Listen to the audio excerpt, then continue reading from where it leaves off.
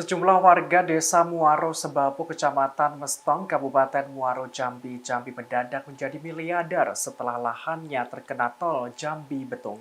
Meski demikian, mereka tidak tergiur untuk menghabiskan uang ganti rugi dengan sesuatu yang konsumtif.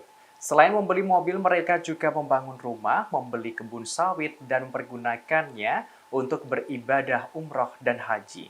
Dikutip dari Kompas.com pada Sabtu 15 Juli, Kepala Desa Muaro Sebapo Wahyu Aditya memberikan penjelasan.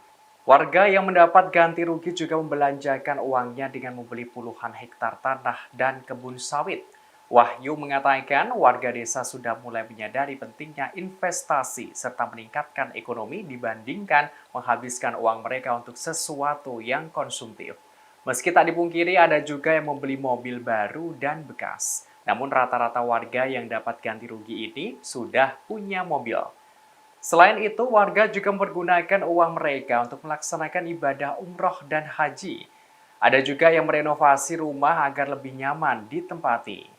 Diketahui sebelumnya, 157 warga desa Muaro Sebapo, Kabupaten Muaro Jambi, Provinsi Jambi mendapat ganti rugi dari pembebasan lahan pembangunan tol Trans Sumatera ruas Jambi Betung.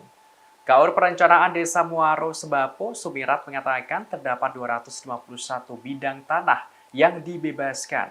Dari 157 warga, ada 14 warga yang mendapatkan ganti rugi lebih dari 1 miliar rupiah. Bahkan ada yang mencapai 19 miliar rupiah.